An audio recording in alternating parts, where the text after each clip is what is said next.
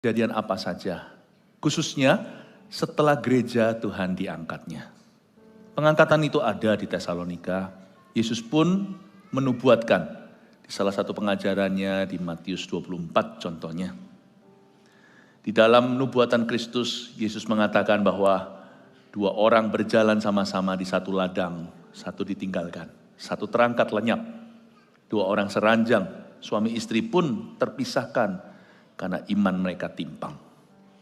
Yang sungguh-sungguh Tuhan angkat, tetapi yang pura-pura Tuhan tinggalkan.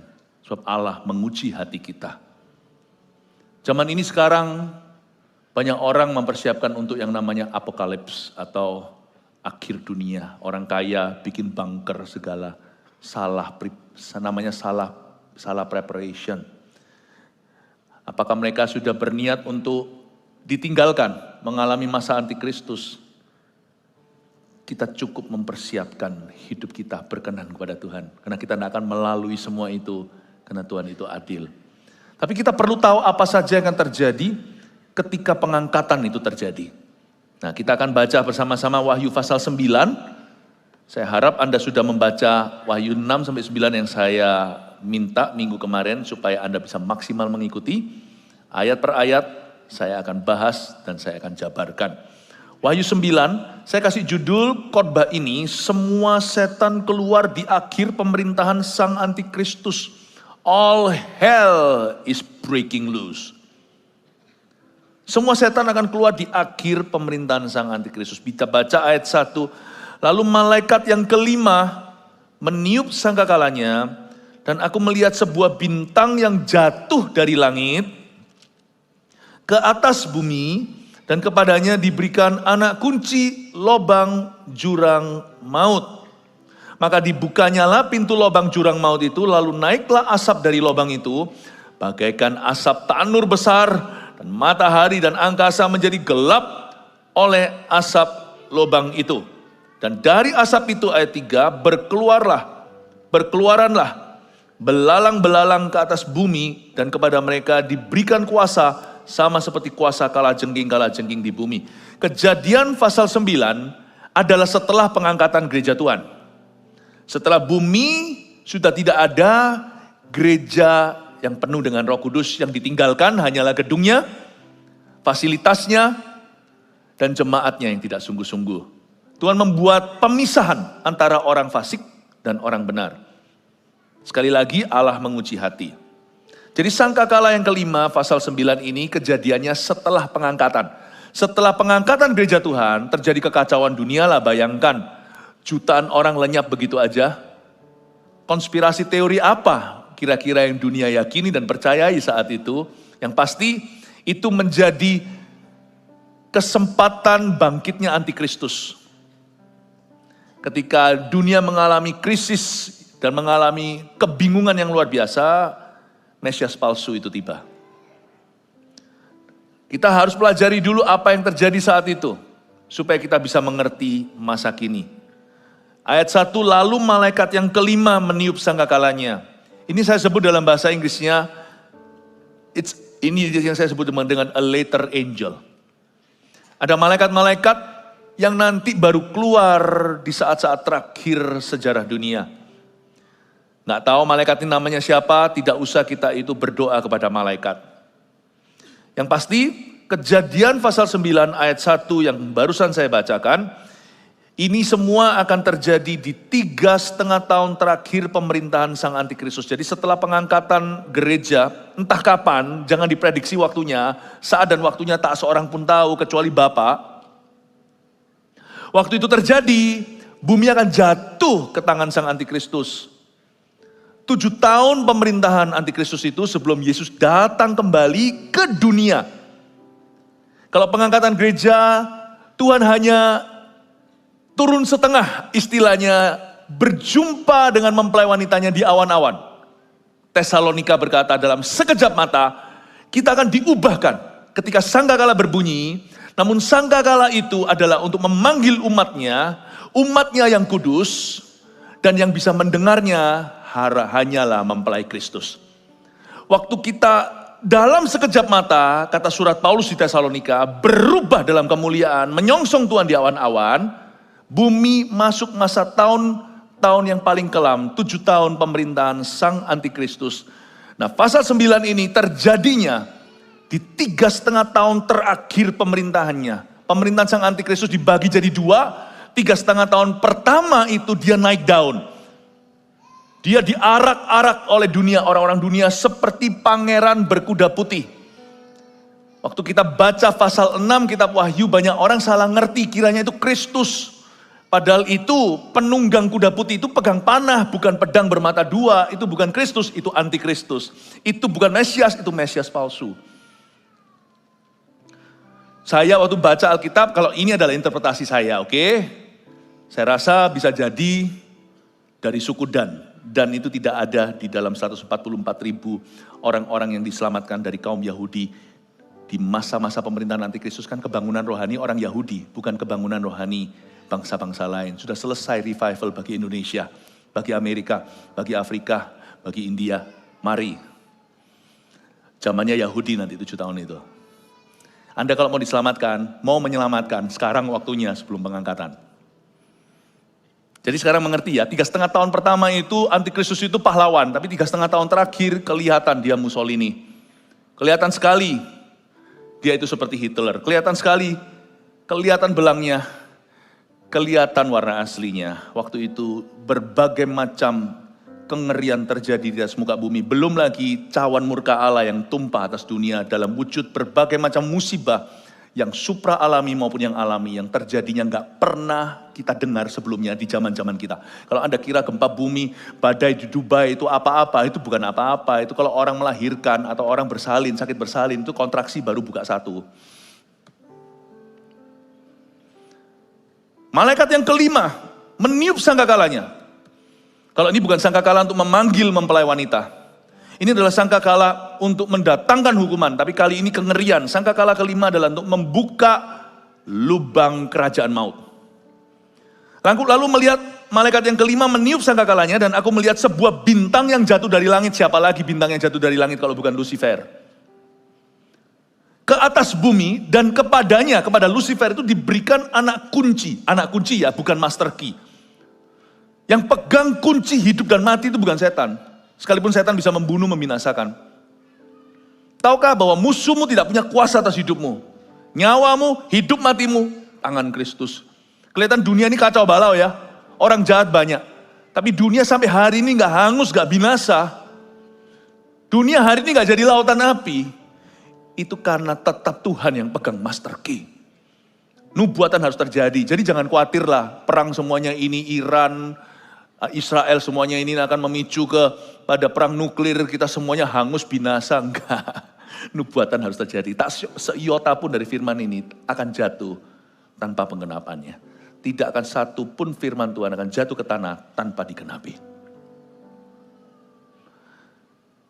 Yesus yang pegang master key. Tapi kepada Lucifer ini, bintang yang jatuh, di zaman 7 tahun masa Antikristus ketika gereja udah absen. Kalau gereja masih ada di dunia penuh Roh Kudus lagi, kita ini pegang kunci. Meskipun bukan master key, Tuhan kasih kita kunci kerajaan sorga. Gimana Sang Antikristus bisa menyatakan dirinya? Kalau sekarang rohnya sudah ada, penyesatan di mana-mana dunia ini anti Kristen lah, anti pendeta, anti gereja, sudahlah sentimen dunia. Tetapi Sang Antikristus sendiri 666 atau 666 itu tidak bisa dinyatakan pada dunia. Mana bisa, wong gereja masih exercise power kok. Gereja masih mempraktekkan doa dalam nama Yesus. Misalnya kalau di satu negara mau dihalalkan aborsi, gereja Tuhan berdoa, gak jadi. Terjadi revival kebangunan rohani. Hati orang yang ketok palu di jamah Roh Kudus, gak jadi. Gak bisa lah gak bisa lah. Yang namanya setan itu blak-blakan itu selama masih ada kita. Selama masih ada gereja di dunia, masih ada orang-orang kudusnya, masih ada hamba-hamba Tuhan yang kudus pula. Gak bisa semua setan keluar di zaman ini. Gak bisa. Tapi waktu gereja diangkat, nah saya percaya semua setan akan keluar di akhir zaman itu. All hell will break loose. Bersyukurlah Bapak Ibu Saudara, orang anak muda yang rusak banyak. Tapi selama masih ada gereja yang diurapi, masih ada yel-yel, we are the army of God. Masih ada yang namanya bom di sebuah kota, diset untuk meledak, gak jadi karena ada pendoa. Narkoba mau merajalela, tetap. Dugem juga, pasti ada orang-orang dugem yang bertobat, terima Yesus dan berubah dan ajak teman-temannya. Gak bisa lah, all hell breaks loose, itu gak bisa. Jadi setan itu punya anak kunci. Tapi gereja itu pegang kunci kerajaan Allah. Dan Tuhan pegang master key-nya. Maha kuncinya di tangan Allah. Tetapi memang celaka kalau kita lihat ya. Nanti waktu masa absennya gereja, di 7 tahun itu, khususnya 3,5 tahun terakhir penghujung pemerintahan, akhir pemerintahan antikristus sebelum Yesus datang kedua kali. Setan atau Lucifer, si naga tua itu akan diberi anak kunci ke lubang jurang maut. Mana itu? Gua gak tahu. Apakah itu di perut bumi? Gak usah sok tahu. Yang pasti itu tempat ada, karena firman Allah menulisnya. Anak kunci lubang jurang maut dikasih ke dia, maka dia gak pakai babi bu, gak basa-basi, langsung dibuka pintu lubang jurang maut itu. Naiklah asap dari lubang itu. Bagaikan asap tanur besar dan matahari dan angkasa menjadi gelap oleh asap lubang ini. Ini bukan asap sembarang asap, asap barbeque. Ini asap supranatural di dalam alam roh. Buktinya di ayat 3, dari asap itu berkeluaranlah belalang-belalang. Belalang itu tidak keluar dari lubang jurang maut. Belalang itu yang asli adalah hewan. Belalang di sini bukan belalang binatang. Belalang di sini adalah roh-roh setan yang sekarang masih ditahan.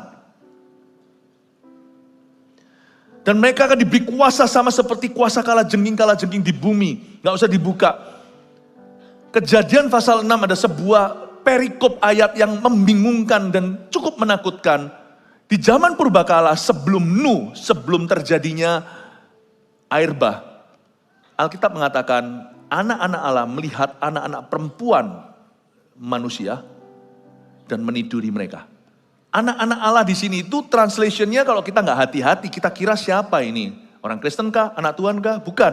Anak-anak Allah di sini itu adalah sebutan untuk angels, sons of God. Itu salah satu julukan angels, malaikat. Malaikat jatuh tentunya. Kita nggak usah bawa teori ini lebih jauh. Apakah setan bisa bersetubuh dengan manusia? Tapi orang yang kesetanan bisa memperkosa orang. Apakah setannya yang bersetubuh? Bukan. Orang. Tapi setan begitu jahat. Dia bisa menggerakkan orang untuk berbuat jahat. Coba lihat ya.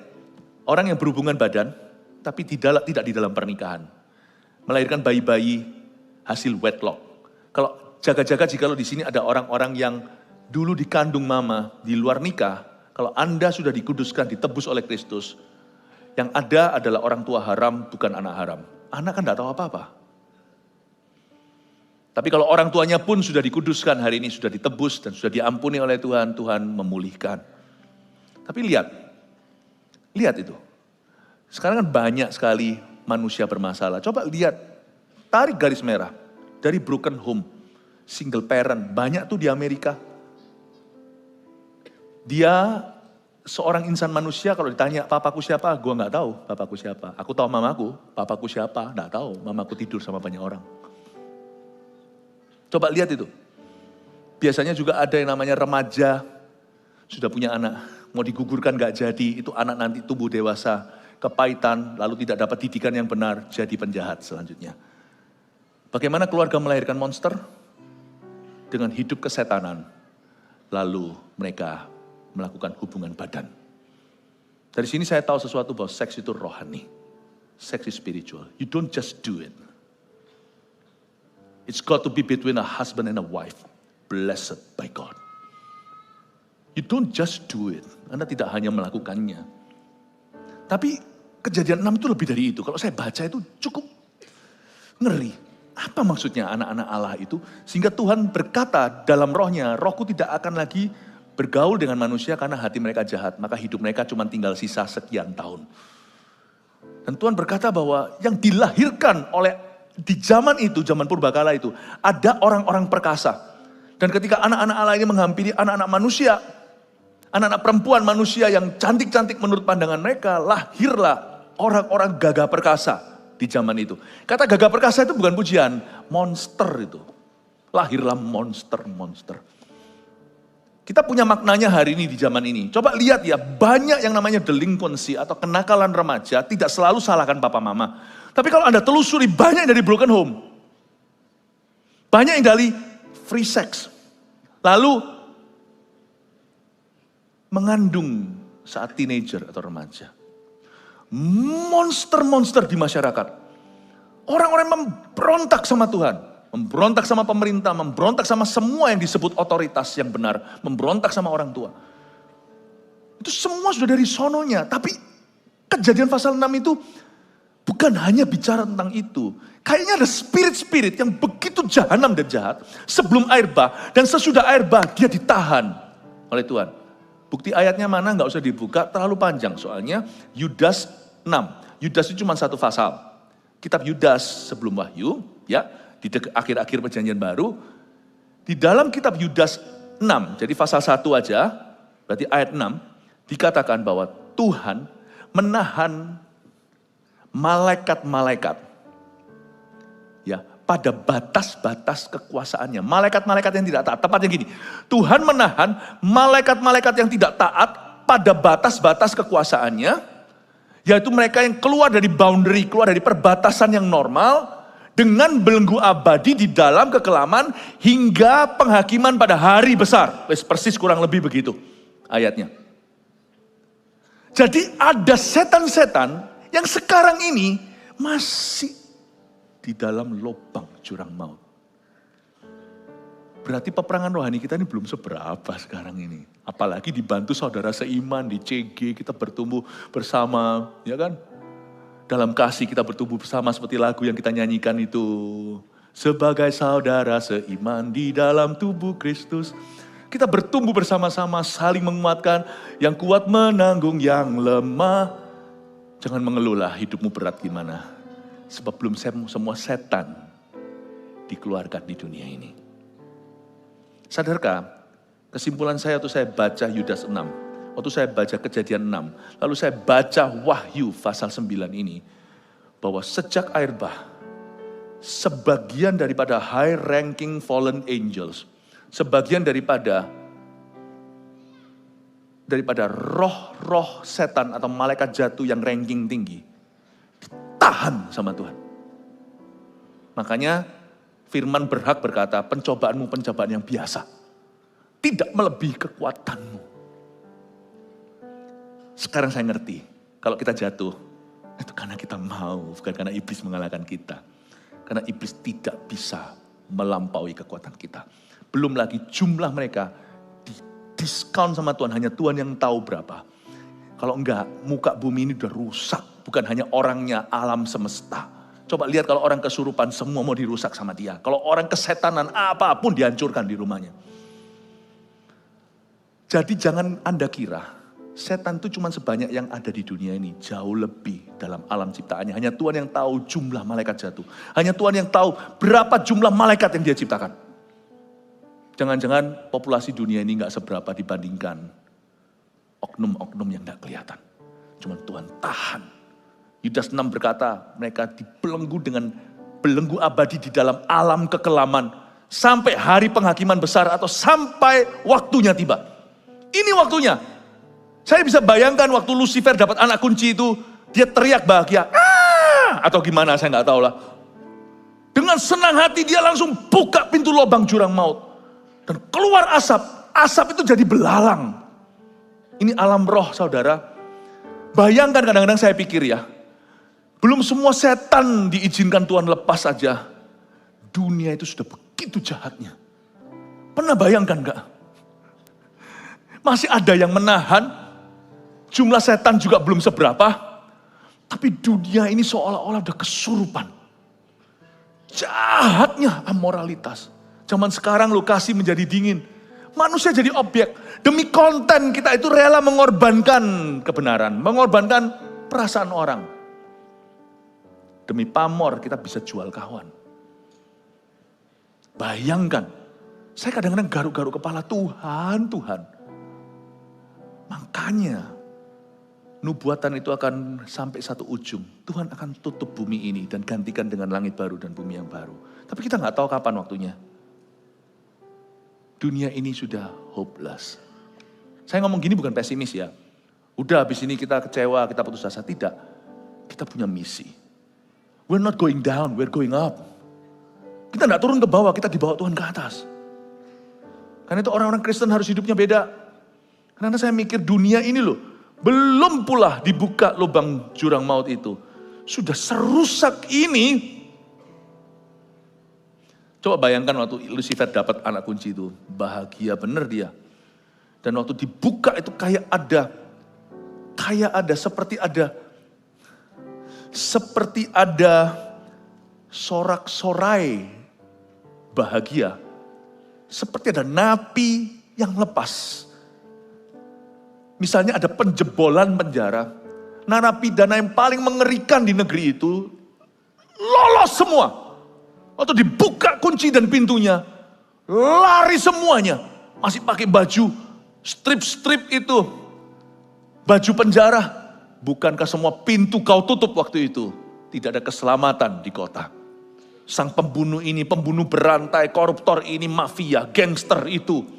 Orang gila. Tiba-tiba lepas semua. Saya gak bisa bayangkan dunia di zamannya no gereja dan antikristus itu kayak apa. Saya gak bisa bayangkan. Dari asap itu keluarlah belalang-belalang.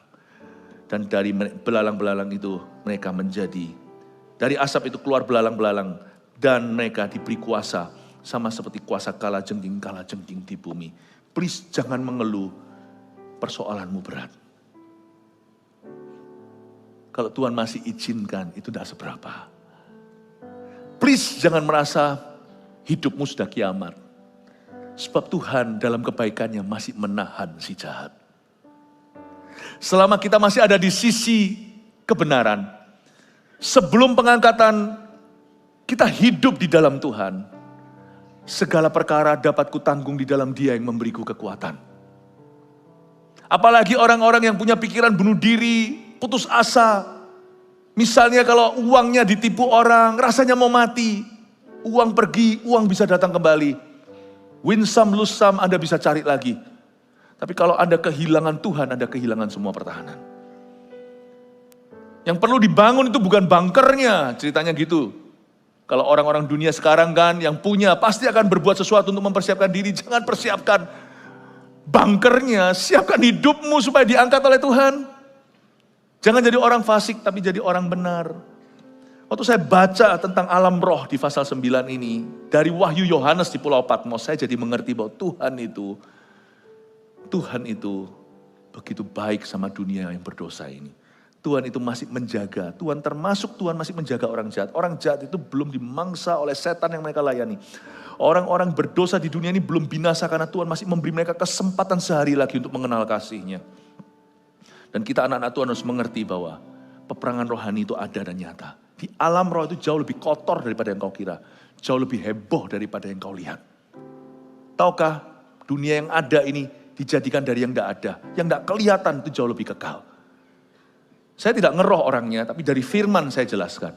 Bahwa sebenarnya the spiritual realm, the invisible spiritual realm, alam yang tidak kelihatan, bukan yang semesta alam semesta ini, tapi alam yang tidak kelihatan, di balik itu semuanya jauh lebih real, saudara, lebih nyata. Dan mereka diberikan kuasa sama seperti kuasa kalajengking di bumi. Dan kepada mereka dipesankan ayat 4 supaya mereka jangan merusakkan rumput-rumput di bumi, atau tumbuh-tumbuhan, atau pohon-pohon. Mereka mau merusak bahan makanan. Melainkan hanya manusia yang tidak memakai meterai Allah di dahinya. Ayat 4. Tuhan itu begitu setia. Kebaktian sebelum ini tadi saya jelaskan bahwa Tuhan itu terus memberi manusia berdosa kesempatan lagi. Dan Tuhan larang roh-roh jahat yang keluar dari lubang kerajaan maut. Yang sudah ditahan dari sejak air bah atau sebelumnya. Mereka itu sudah kayak liar. Bayangkan kalau orang udah gak pernah makan, tiba-tiba makan. Orang udah gak pernah jalan-jalan selalu di balik jeruji, tiba-tiba keluar. Betapa dia akan lari dan membuat pengrusakan yang hebat. Tapi Tuhan berkata, stop it! Don't touch food. Kalau Anda baca di pasal 9, sudah ada musibah-musibah yang menghancurkan our food supply. Di zaman masa antikristus, saya tidak akan alami.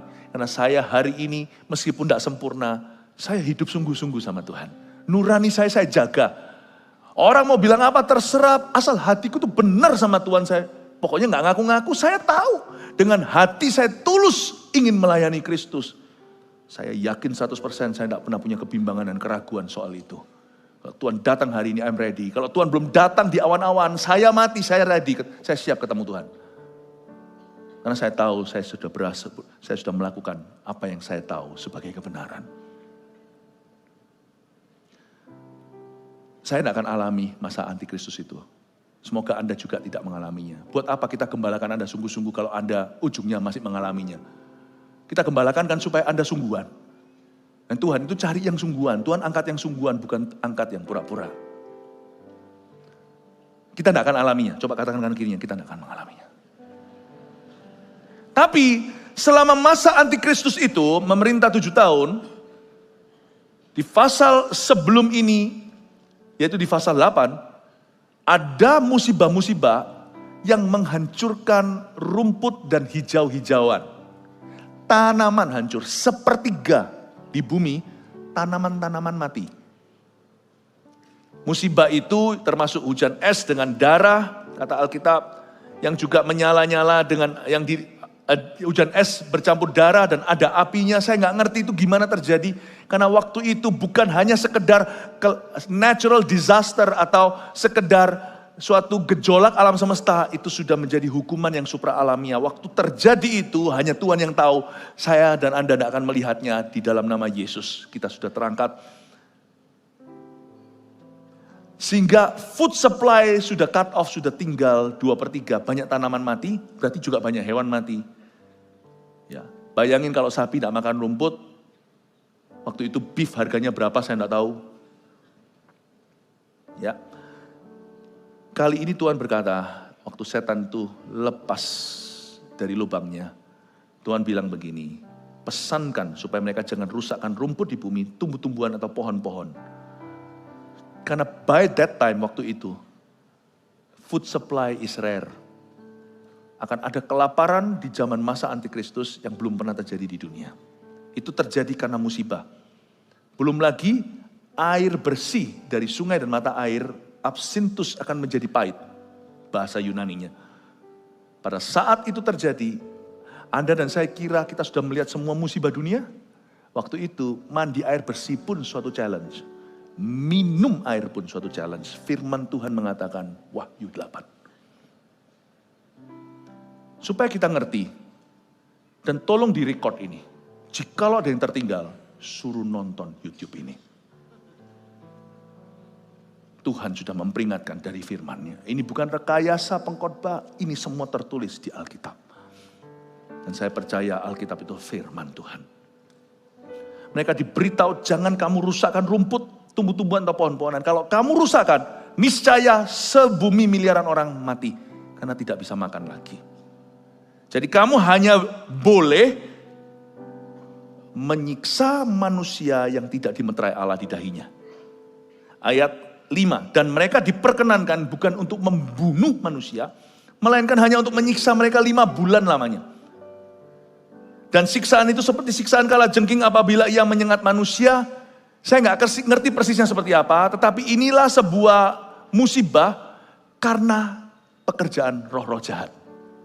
Saya nggak tahu itu nanti sengatannya itu dalam bentuk penyakit kayak apa, saya nggak tahu. Tapi yang pasti ada suatu masa mengerikan selama 5 bulan dari 7 tahun masa pemerintahan antikristus. Jangan bingung ya, 3,5 tahun pemerintahannya terakhir itu banyak sekali bencana. Belum lagi sang antikristus berulah dan nabi palsunya. 3,5 tahun terakhir kelihatan warna aslinya dan Tuhan curahkan banyak cawan murka. Di 3,5 tahun terakhir itu ada 5 bulan. 5 bulan terkenal, very famous 5 months. Sesuatu terjadi secara global di mana manusia yang tidak dimeteraikan oleh Allah, ya berarti penduduk dunia. Karena mereka yang bertobat di zaman itu pasti pasti akan dibunuh. Selama 5 bulan tersebut akan terjadi sesuatu entah apa, tapi itu karena roh-roh jahat yang melakukannya atas muka bumi. Dan orang-orang tidak mati karenanya. Tuhan jaga food supply mereka. Dan Tuhan izinkan 5 bulan ini bukan untuk menyiksa mereka. Karena dunia sudah tidak lagi meresponi Kristus dan firman-Nya. Gereja sudah nggak ada. Satu-satunya bahasa yang mungkin mereka mudeng bisa mengerti yaitu hukuman. Kalau papa ngomong lu nggak ngerti, doa nggak mempan. Ajak bicara baik-baik, bahkan kalau ku bentak pun nggak bisa. Ya mungkin rotan sudah harus berbicara. Tapi bayangkan loh Tuhan itu, ribuan tahun dunia murtad kayak begini itu Tuhan nggak pernah rotan gimana. Rotannya pun tidak rata kan. Yang rata itu cuma air bah. Ribuan tahun yang lalu. Gak pernah kan tsunami terjadi di sini seluruh dunia. Enggak kan, tiba-tiba suatu hari laut kompak antara mereka, ada asosiasi kelautan. Lalu mereka saling bincang-bincang antara samudra satu dengan samudra lainnya. Laut China, Laut Mediterranean, Laut mana, Laut Merah. Mereka saling berbicara, ayo kita jalan-jalan yuk, kita jalan-jalan. Ayo jalan-jalan ke Tunjungan. Lalu mereka semua ke daratan. Coba pernah pikir enggak, laut itu kenapa kok nurut ya?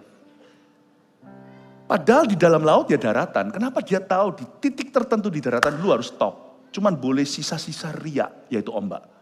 Kenapa dia nggak berkata, pengen jalan-jalan lihat kota seperti apa?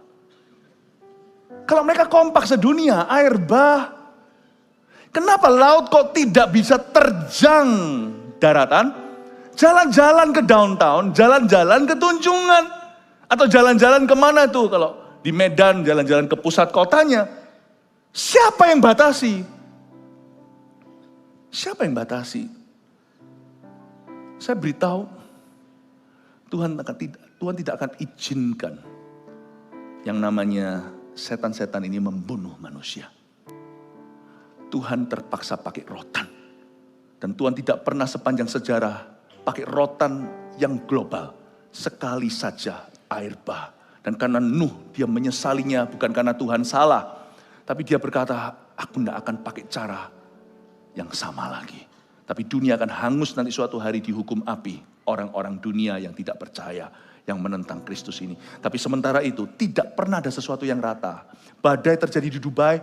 Tidak terjadi seperti itu di Indonesia.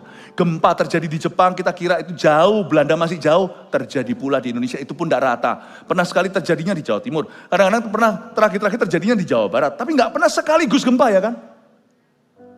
God is so good. Ada rotan-rotan yang Tuhan izinkan, tapi nggak pernah mendunia.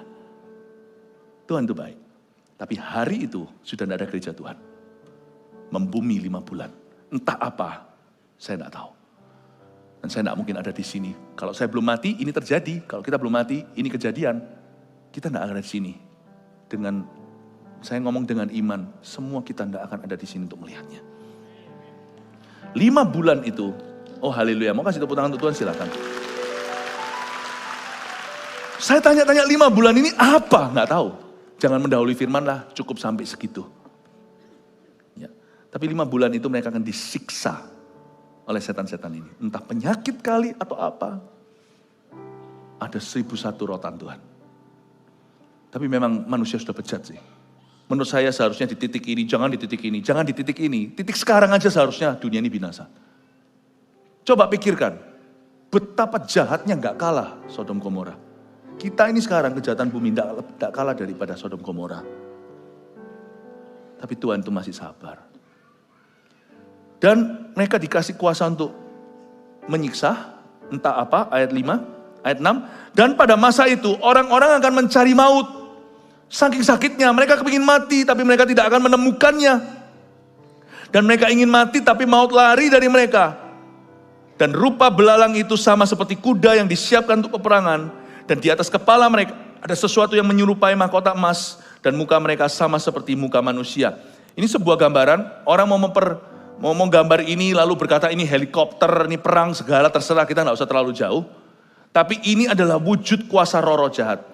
Jangan heran mereka punya rupa, karena setan itu selalu kepingin punya tubuh. Dari dulu setan itu kepingin punya badan. Setan itu adalah roh-roh yang gentayangan malaikat yang jatuh. Makanya itu tidak heran manusia bisa kesurupan. Karena tubuh atau badan yang paling dia suka untuk dia tinggal adalah tubuh manusia. Karena manusia dicipta dalam gambaran rupa Allah. Ya, jangan heran setan kepingin punya badan.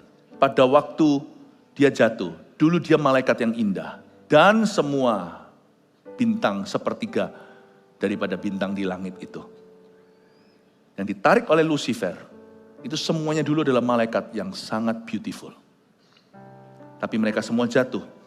Karena itu sekarang mereka seperti roh yang penasaran. Tinggal di tempat-tempat gersang. Misalnya jikalau ada satu orang kita doakan, terjadi kelepasan. Roh itu akan pergi ke tempat-tempat gersang kata Yesus. Dan kalau dia tidak menemukan tempat tinggal, dia akan kembali ke rumah yang tadi. Rumah tadi. Yang dulu yang dulu dia sempat lari. Karena diusir. Kalau dia lihat rumah itu tersapu bersih. Bukan berarti holy. Maksudnya tidak terisi oleh firman, tidak terisi oleh Roh Kudus setelah bertobat, setelah kelepasan. Ya gitu-gitu aja suam-suam kuku, maka dia akan masuk membawa 7 roh lebih jahat. Kenapa setan suka tubuh orang? Karena manusia dicipta dalam gambaran rupa Allah. Bayangkan kalau teroris terjadi. Misalnya Amerika perang nih sama Al-Qaeda. Contohnya seperti yang pernah nonton film Black Hawk Down. Ya, itu loh, helikopter yang ditembak jatuh di Afrika. Itu inspired by true story, cerita beneran, tapi tentunya didramatiskan secara Hollywood. Tembakan, akhirnya kena itu tentara Amerika. Marinirnya di tangan mereka, di tangan milisi-milisi Afrika. Pastilah mereka paling suka ya badan musuhnya dimutilasi atau mungkin seragamnya diarak-arak ke seluruh kota, ditelanjangi, didecapitate atau dipenggal kepalanya. Pastilah mereka akan jadikan itu pesta pora, itu badannya akan dirayakan. Setan itu merasa menang kalau dapat satu badan dan tinggal di tubuh orang itu dalam pikiran, dalam kehendaknya, dalam mulut kata-katanya. Sekali dapat orang, gak peduli di agama apa. Karena semua orang dicipta dalam gambaran rupa Allah. Yesus yang menciptakannya pada mulanya adalah firman. Firman itu bersama dengan Allah. Firman itu adalah Allah. He is so happy. Dan apalagi kalau diwariskan. Papa mamanya gak keruan. Anaknya nanti gimana? Guru kencing berdiri. Murid kencing berlari. Papa mamanya ngerokok saja. Saya gak mau ngomong tentang 1-2 macam jenis-jenis kebiasaan buruk. Udah saya kasih aja sebagai ilustrasi biasa. Anaknya narkoba. Papanya kan biasa, cuman ngepul-ngepul. Anaknya pengguna. Wah, ya senang diturunkan. Familiar spirit kan. Orang tuanya cerai, ya udah gua nggak peduli anak cucunya gimana. Anak cucunya nanti tidak percaya pernikahan, lalu habis itu pergi masuk ke roh jahat yang lainnya. Pergaulan bebas, lalu salah satu akhirnya jadi homoseksual. Senang dia, diwariskan. Gak ada yang lebih happy buat dia kalau dapat marinirnya Tuhan. Dan dia paling senang dari antara jenis manusia adalah anak-anak Tuhan atau umat pilihan. Dan dia paling suka kalau hamba Tuhan jatuh. Kita harus mengerti peperangan kita bukan melawan darah dan daging. Kita ini satu sisi melawan situ. Jangan kita saling memusuhi. Kita harus saling menjaga, saling memperingatkan. Setan itu kepingin badan. Dan Tuhan kasih mereka badan. Badannya jelek sih. Dan rupa belalang itu sama seperti kuda. Saya seniman. Coba kalau gambar ini muntah saya. Seperti kuda yang disiapkan untuk peperangan. Di atas kepala mereka ada sesuatu yang menyerupai mahkota emas. Muka mereka sama seperti muka manusia. Coba bayangin. Belalang kayak lalat gitu. Atau kayak lebah. Mukanya orang. Rambut mereka sama seperti rambut perempuan. Dan gigi mereka sama seperti gigi singa. Perempuan ada giginya gitu. Ya. Itu perlu pergi ke dokter gigi di veneer. Dan rambut mereka perlu dikawat maksudnya. Dan rambut mereka sama seperti rambut perempuan sudah. Dan ayat 9, dan dada mereka sama seperti baju zirah. Bunyi sayap mereka bagaikan bunyi kereta-kereta yang ditarik banyak kuda yang sedang lari ke medan peperangan. Bunyinya itu. Itu kalau ada orang ditindih ya. Seorang teman, saya pun pernah ngalami waktu dari dulu saya masih kelepasan. Itu kalau datang kayak suara lebah. Saya gak bisa goyang. Gitu. Kalau orang ditindih. Karena dulu saya terlibat dalam berbagai macam perbuatan-perbuatan gelap. Jadi saya memang adalah jajahan atau budaknya. Jadi kalau setiap kali saya mau doa itu, malam itu saya ditindih. Selalu saya didatangi, dan sebelum didatangi saya tidak lihat. Tapi saya dengar suara seperti lebah, gitu. Siapa yang pernah ngalami gitu? Lalu nggak bisa goyang. Atau seperti kesemutan, seperti geringgingan gitu kata orang Surabaya. Saya beritahu ya, ini bukan helikopter. Ada orang yang mungkin Yohanes melihat zaman itu kan, 2000 tahun lalu, melihat helikopter nggak bisa bahasakan. Jadi gini. Saya rasa untuk helikopter pun bisa cocok sih kalau mau dicocokkan. Tapi saya rasa bukan sih. Karena saya rasa masa helikopter ada rambut perempuannya. Aduh, jangan takut ya setelah kebaktian hari ini. Kalau Anda nanti masuk ke ruang rias mama, atau istri Anda tiba-tiba ada rambut, itu wignya. Jangan Anda terperanjat lalu habis itu tengking dalam nama Yesus. Gak usah ketakutan, oke? By the way, sedekat sekedar FYI, orang Kristen harus tahu simple firman. Semua malaikat Tuhan, tidak ada yang perempuan. Malaikat itu tidak pakai gender, karena mereka tidak hidup sebagai orang yang kawin atau mengawinkan. Ya, tapi semua wujud malaikat di Alkitab semuanya maskulin. Bukan berarti yang laki jauh lebih baik dari yang perempuan. Enggak. Diciptakan setara dalam gambaran rupa Allah. Just in the world of angels, dalam dunia malaikat. Tidak ada malaikat yang feminin. Jadi Anda jangan berkata, ada satu malaikat datang tadi malam ke saya. Seorang perempuan, rambutnya panjang dan berkata, Shalom, tengking ya. Tapi kalau ada malaikat sekalipun maskulin, cowok itu datang dan beritahu Yesus bukan Tuhan, tengking terkutuklah dia. Jangan berkanjang pada penglihatan dan malaikatlah. Fondasi firman-Mu harus kuat. Ya, tapi dari ayat ini kita mengerti bahwa setan itu kepingin badan. Dan ekor mereka sama seperti kalajengking ayat 10 dan ada sengatnya. Dan di dalam ekor mereka itu terdapat kuasa mereka untuk menyakiti manusia 5 bulan lamanya. Saya tunjukkan bahwa mereka bukan belalang beneran, karena belalang tidak punya leader. Coba pelajari. Di dunia belalang, dalam dunia hewan, mereka leaderless. Tapi mereka bisa bekerja sama, leaderless. Contoh bagus adalah ngajari kita bahwa kita jangan tanam figur, nggak usah cari figur. Biarkan umat Tuhan itu sebisa mungkin kita selfless dalam ministry atau dalam service kita. Nggak usah terlalu kitanya terasa, asal mereka bertumbuh dewasa. Tetapi jeleknya di sini, dari cerita belalang ini, belalang itu adalah hama. Dan di ayat 11, dan raja yang memerintah mereka ialah malaikat jurang maut. Berhenti di situ dulu. Sebelum saya baca nanti sebagai penutupan ayat 11 dan 12. Belalang dan rajanya, ini bukan belalang, ini setan. Ini roh-roh jahat yang tidak pernah keluar dari sejak sebelum air bah.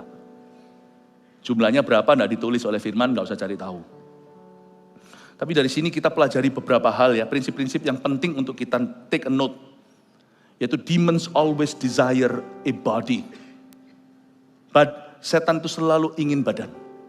Makanya Roh Kudus itu juga ingin sekali badan kita. Karena lawan kata roh setan tentunya adalah roh yang maha kuasa, roh Tuhan. Dialah the Holy Spirit God. Bukankah Alkitab mengatakan bahwa tubuhmu adalah bait suci Roh Kudus? Kalau Anda tidak sucikan tuh Roh Kudus, roh lain yang ingin ada di situ dan masuk ke sana. Roh setan. Tapi roh di dalam kita lebih berkuasa daripada seluruh roh-roh di dunia. In the world of spirits, dalam dunia alam roh, Anda harus tahu, badanmu perebutan. Di sini ada peperangan antara gelap dan terang. Anda ikut Tuhan atau setan? Anda persembahkan tubuhmu dan anggota tubuhmu sebagai senjata kebenaran untuk menjadi bait suci roh Allah, atau Anda serahkan anggota badanmu sebagai senjata kelaliman dan akhirnya dijajah dan dimiliki oleh roh-roh setan.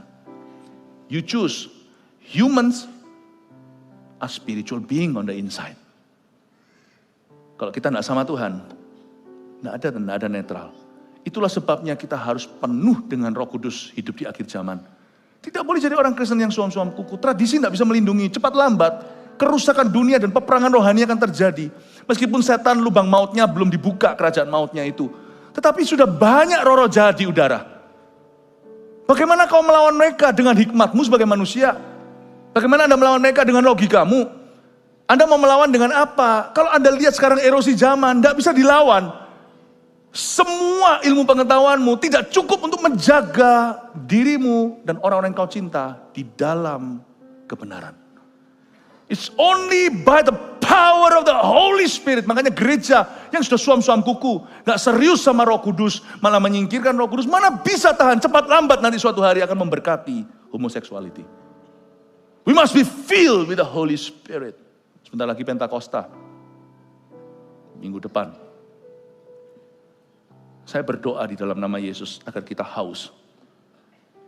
Agar kita haus. Setan itu kepingin badan. Tapi saya tunjukkan di sini ya, 5 bulan tersebut kembali ke situ ya.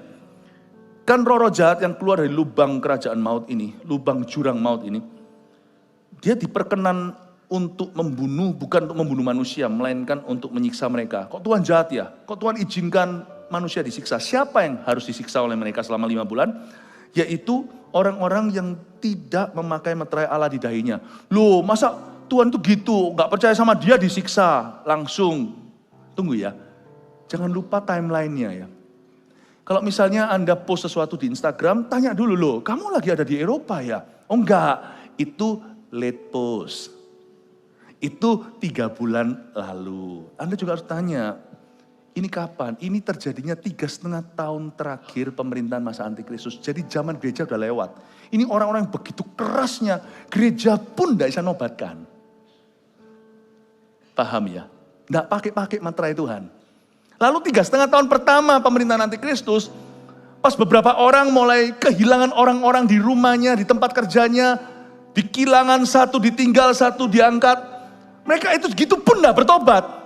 Dengar CNN punya versinya sendiri, BBC, semua major news Indonesia, Asia, semuanya dengar, masing-masing ada versinya, konspirasi teori, lalu antikristus bangkit, padahal dia tahu, istrinya itu sungguh-sungguh lenyap gitu, nggak mungkin istrinya lari, nggak kembali. Wong tetangganya juga ngalami yang sama. Tetangga-tetangganya ngalami sama, global satu bumi fenomena. Pengangkatan Tuhan itu pasti fenomenal. Cuman orang nggak tahu kemana kita. Karena Tuhan berkata yang satu diangkat, yang satu ditinggal. Tapi fenomenal, wong itu terjadinya secara globally. Tapi mereka nggak tahu. Karena Tuhan tidak datang ke atas muka bumi. Seperti yang dinubuatkan oleh Zakaria di Bukit Zaitun. Di Mount of Olive, Tuhan tidak datangnya ke bumi. Tapi di awan-awan, tidak ada orang yang tahu. Sangkakala itu tidak ada yang dengar kecuali mempelai Kristus.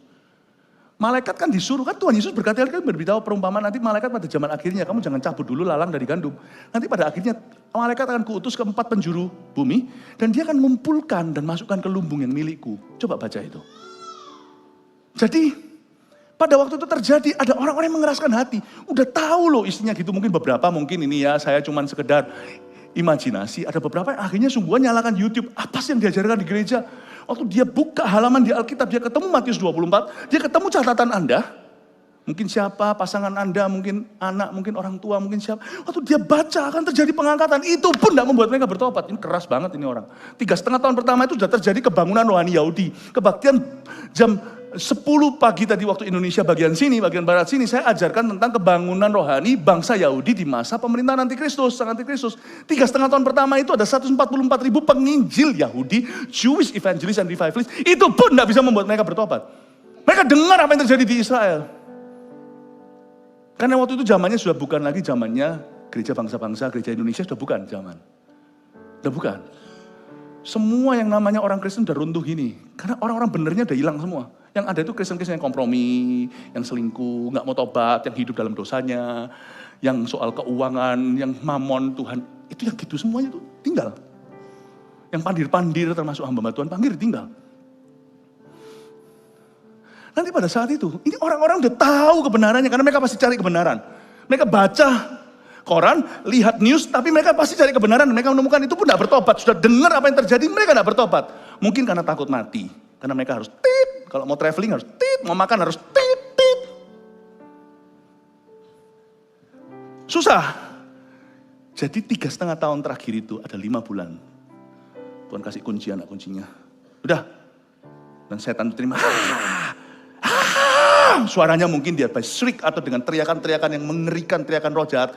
Dia buka itu dan pesta pora, come on guys, let's destroy the world. Dan Tuhan berkata, jangan kau rusakkan food supply. Karena aku mau manusia hidup dan kamu jangan bunuh seorang pun di antara mereka. Karena Tuhan izinkan hukuman 5 bulan itu bukan untuk menghancurkan manusia. Karena Tuhan kalau bicara dan tidak didengar pakai rotan. Tuhan berharap-harap, Sang Maha Kuasa Maha Tahu aja berharap-harap agar ada orang yang masih mau bertobat.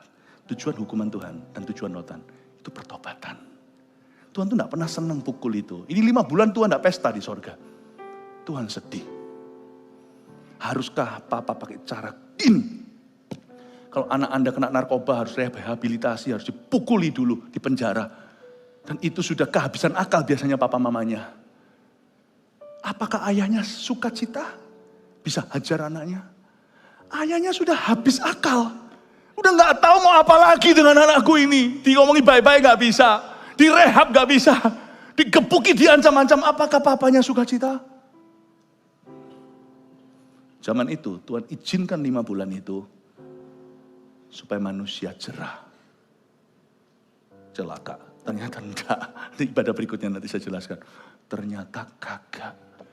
Hebatnya. Kita ini kalau enggak tobat. Siapa di sini yang mau bertobat? Mau lepaskan dosanya. Sesuatu yang buruk Anda tahu itu salah. Atau mau baptis saja sesuatu yang benar. Ditunda-tunda nanti aja. Kalau sudah lebih serak. Manusia memang punya tabiat. Adam dan Hawa. Kita semua sama. Enggak pernah kunjung serak. Kalau melakukan yang betul. Enggak serak-serak namanya. Nanti itu kurang serak apa? Udah disiksa 5 bulan kayak begitu. Sampai mereka kepingin mati, tapi gak bisa. Nah, ini ada satu lagi kebenaran yang perlu Anda ketahui. Mereka ingin mati, tapi gak bisa. Entah gimana secara supranatural Tuhan halangi. Dari sini saya juga pelajari sesuatu, suicidal thoughts atau pikiran mau bunuh diri itu salah. Bahwa kematian sebagai jalan keluar masalah, itu adalah tipu muslihat setan. Paham ya? Dari ayat ini kita baca pikiran dunia yang sekarang pun sudah ada banyak orang melakukannya. Enak ya kalau mati. Karena itu mereka mencari maut, tapi mereka tidak akan bisa mati. Mereka akan ingin mati tapi maut lari. Pemikiran untuk bunuh diri. Bahwa mati itu adalah jalan keluar persoalan is a demonic deception. Ada juga cerita-cerita bagaimana tentang orang-orang yang membunuh serial killer, pembunuh berantai. Atau orang-orang misalnya ya, kan sekarang kita dengar misalnya di Amerika juga ada nih. Dia ambil senjata, tembaki orang, lalu habis itu dia bunuh diri. Gua mau mati, ini jalan keluarnya. Tapi aku mau bawa teman-teman. Aku gak mau sendirian. Dor. Nah, pertanyaannya, lu bangun kemana? Setan pasti bisikin sesuatu. Setan tuh jahat. Kalau orang itu mau bunuh diri, dia pasti iming-imingi. Udah, namanya mata buta. Dia gak akan bisa melihat. Setan itu kegelapan. Dia akan tutup mata orang itu. Jadi dia melihat bahwa, mati saja. Tapi setan gak akan beritahu kebenarannya bahwa orang itu akan masuk neraka. Karena yang namanya bunuh diri itu kan serahkan kunci terakhir hidupnya ke tangan setan. Bunuh diri itu kan menyerahkan kematian seseorang kepada iblis. Saya tidak mau masuk ke sini ya, bunuh diri masuk surga neraka, sudah tidak usah bahas ke sana lah, Tuhan tahu. Tapi yang pasti, tiket yang kau pegang itu dari setan. Kalau Anda mati belum dipanggil Tuhan, itu Anda putuskan sendiri itu dari setan. Itu tiketnya itu loh, boarding pass-nya itu loh dari iblis. Masa ketemu airline-nya Tuhan, gitu aja lah sudah cenglinya, logikanya. Orang tanya bunuh diri gimana? Ya sudah jawab aja, boarding pass-mu itu tidak dari Tuhan. Tuhan tidak pernah issue tiket itu. Nah, Anda tidak mungkin naik Holy Spirit Air, itu nggak mungkin.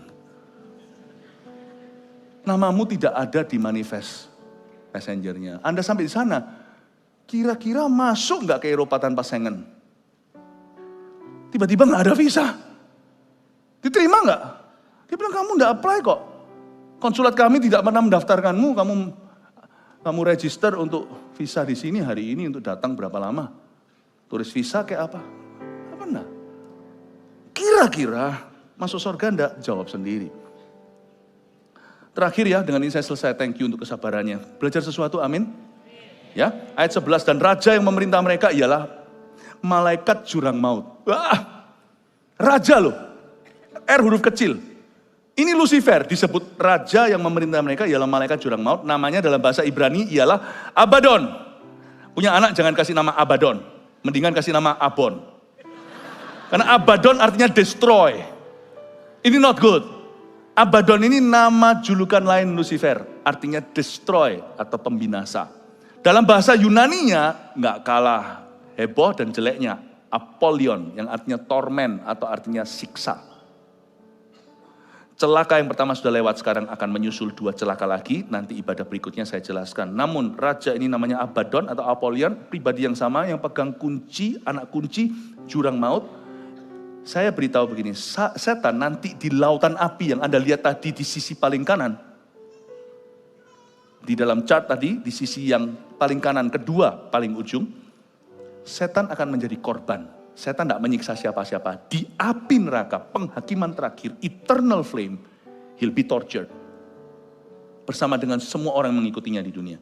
Namun di dalam lubang jurang maut ini, di mana sekarang ada banyak setan yang belum lepas hingga sekarang saya bicara, wong kita masih di sini, belum diangkat nih gereja. There's so many demons, only God knows how many. Kunci lubang maut itu ada suatu hari dikasihkan ke Lucifer yang menjadi raja memerintah di malaikat jurang maut, sedangkan dia sendiri segera akan dilempar ke api neraka. Abaddon dan Apollyon. Gini ya, mungkin kita agak sedikit terganggu dengan kata Lucifer ini raja yang memerintah mereka ialah malaikat jurang maut. Yang pasti ini bukan Yesus lah. Yesus tidak akan memerintah sebagai bosnya roh-roh di jurang maut. Tapi begini, di dunia ini ada yang namanya raja narkoba. Betul? Yesus itu bukan raja narkoba, tapi dia raja di atas segala raja. Raja narkoba pun di bawah kakinya. Paham maksud saya? Raja yang memerintah di jurang maut ini namanya Abaddon dan Apollyon. Destroy and torment. Inilah setan, pendakwah umat Tuhan. Setan akan menjadi korban, namun sekarang dia seperti ruler, seperti pemerintah di dalam roh-roh jahat, di dalam susunan tentara roh-roh jahat di udara. Yesus bukanlah raja yang memerintah di dalam jurang maut. Tapi Yesus adalah raja di atas raja yang memerintah semua malaikat jurang maut itu.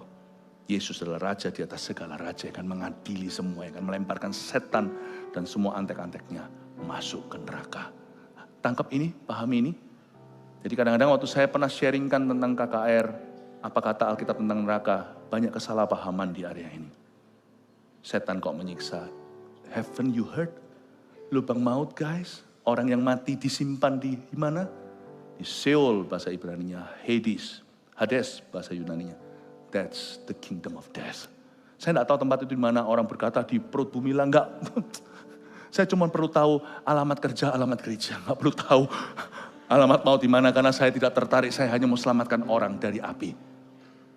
Tapi 3 poin sederhana ini bawa pulang sebagai pelajaran, review apa yang telah kita tangkap mentah-mentah di dalam firman ini. Pertama, peperangan rohani sekarang belum seberapa dan pencobaan kita biasa saja. Udah stop mengeluh.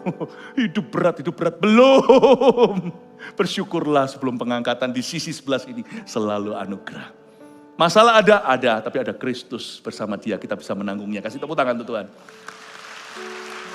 Ini yang kita perlu pelajari. Hari ini kita tidak belajar tentang setan. Itu cuman pinggiran. Utamanya ini loh, peperangan rohani itu belum seberapa yang kau hadapi. Yang kita hadapi sekarang itu pencobaan biasa. Ayo kita maju ya. Ayo kalau kita sudah jatuh ya bangkit lagi. Ayo kita perang, kita pasti menang. 2, orang yang punya Roh Kudus dan firman Tuhan tidak bisa dikuasai oleh roh jahat. Lihat itu tadi, yang tidak dimeterai disiksa. Tapi yang punya meterai Allah, yaitu Roh Kudus di dalamnya. Dan firman, dia terisi, dia tidak kosong hampa. Gak bisa dikuasai oleh roh jahat. Mereka gak bisa siksa kita. Mereka bisa lawan kita. Peperangan rohani ada, peperangan kita bukan melawan darah dan daging, tapi melawan roh jahat di udara. Namun mereka tidak bisa melakukan sesuatu yang di luar kehendak Allah dan rancangan Tuhan atas hidup kita. Sekalipun di dunia ini ada sakit, ada celaka, tak terkecuali hamba-hamba Tuhan. Saya ngomong gini, jangan terjadi i-olsan. Tapi kalau saya, gak ada keluarga ya. Aduh, tutup telinga aja. Kalau saya sampai mati tabrakan, jangan merasa lu, Pastor Philip kok bisa? I'm just human. It's part. Ya tabrakan sih enggak, mungkin pesawat ambruk gitu, tutup telinga, jangan dengerin gitu. Ya, jangan Anda merasa, wah Pastor Philip kok bisa? Iya, manusia lah. Saya ngomong ini bukan berarti akan terjadi atau akan terjadi atas enggak lah. Kita berdoa untuk perlindungan, buat apa kita doa? Bapak kami, lindungi kami, jauhkan dari yang jahat. Tapi kalau sampai ada kejadian gitu, jangan goyah ya imanmu ya. I'm just human like you. Nothing special about me. My assignment is special. Tugas saya spesial. Kalau saya matinya jatuh pesawatnya, misalnya. Cry for me, but don't cry for me, Argentina. Maju terus, layani Tuhan. Nothing wrong with Christ. Tidak ada yang salah dengan Kristus. Paham ya? Kenapa? I'm nobody special. Itu sudah menjadi realita terjadi di dunia. Semoga aja iosan jangan terjadi. Nothing special with me. Gak usah ngerasa gimana gitu. Hamba Tuhan ini pasti lindungi. Iya, come on lah. Kita mati biasa, so what sih? Ya, oke. Tapi gak akan terjadi. Pesawat yang saya naiki selalu Holy Spirit Air nanti. Puji Tuhan ya. Yang ketiga, bunuh diri adalah dosa yang menyerahkan kematian seseorang kepada setan. Catat, siapa yang punya pikiran-pikiran mau mati itu, tulis ini. Oke, ingat ya, Anda tidak akan naik Holy Spirit Air. Boarding passmu bukan dari Tuhan. Jadi 3 ini ditulis. Oke, 1, 2, 3, munculkan kamera. 1, 2, 3, jepret. Oke, puji Tuhan, kasih tepuk tangan untuk Roh Kudus. Mari kita semua bangkit berdiri. Haleluya.